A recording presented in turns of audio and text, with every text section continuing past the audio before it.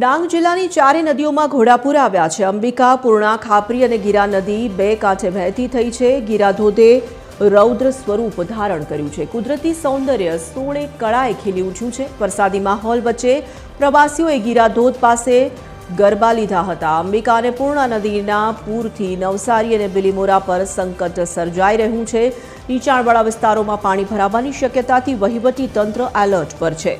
ગીરા ધોધે રૌદ્ર સ્વરૂપ ધારણ કરતા સુરક્ષા માટે પ્રવાસીઓ પર પ્રતિબંધ લાદી દેવાયો છે।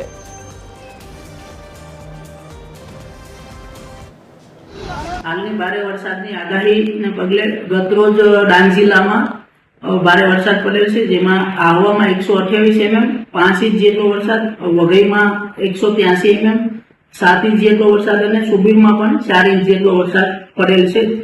એ વરસાદ આજે પણ શરૂ છે, જેને કારણે ગ્રામ્યમાં વિસ્તારોમાં જે કોઝવે ઓવરટેપિંગ થવાને કારણે અમુક રસ્તાઓ બંધ છે, જેમાં વૈકલ્પિક સુવિધાઓ ઉપલબ્ધ હોય ત્યાંથી ગામ લોકોને જવા માટે અપીલ કરવામાં આવે છે।